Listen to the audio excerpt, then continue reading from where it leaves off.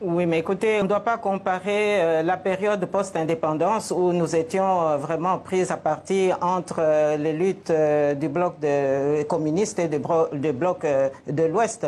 Aujourd'hui, ce dont il s'agit, oui, il y a une responsabilité évidemment des Congolais, mais je dois aussi vous dire que pour avoir participé sur le terrain aux différents scrutins, eh bien, j'ai pu constater que chaque fois que les Congolais responsables, les vrais patriotes prenaient leurs responsabilités, eh bien, il y avait toujours une certaine communauté internationale pour interférer, pour s'immiscer, pour imposer même des imposteurs à la tête de notre pays. C'est de cela qu'il s'agit. Ils ont toujours préféré collaborer avec des imposteurs, avec des médiocres, mais les démocrates Même ont lors été de la mis dernière de présidentielle, côté. avec l'arrivée au pouvoir d'un opposant, en l'occurrence Félix Tshisekedi?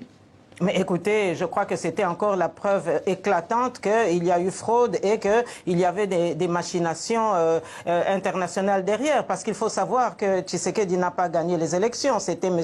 Fayoulou. M. Tshisekedi a été nommé par Kabila Kanambe, qui est toujours sur le terrain et qui est instrumentalisé par Kagame, lequel est soutenu par la Belgique. Donc qu'est-ce que vous voulez que moi je vous dise? La mémoire des héros de l'indépendance, aujourd'hui, ne suffit plus pour panser les plaies. Et parmi ces héros de l'indépendance, il y a votre père, Joseph Kasavubu, et bien entendu Patrice Lumumba. Le président actuel, Félix Tshisekedi, a rendu hommage à votre père et à Lumumba. On l'écoute.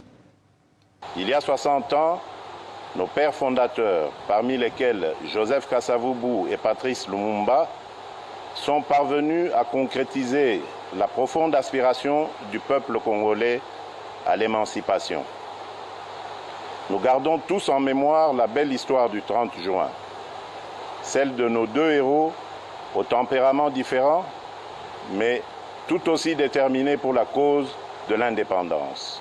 Justine Poyo Kasavubu, on a le sentiment que votre père, premier président congolais, a été éclipsé par Patrice Lumumba de la mémoire collective. Comment l'expliquez-vous, vous qui lui consacrez aujourd'hui un livre, ça se lit d'ailleurs comme un roman, comment l'expliquez-vous ?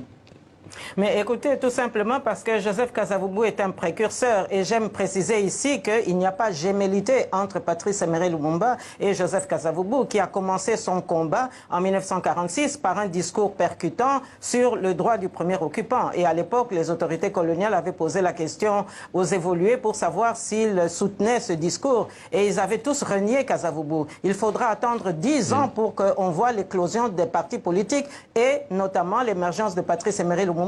Donc Joseph Kasavubu est le père de l'indépendance. Il a été éclipsé parce que les autorités belges coloniales utilisaient maintenant Patrice Emery Lumumba pour occulter Kasavubu dont l'importance et l'impact au sein de la nation congolaise étaient grandissants.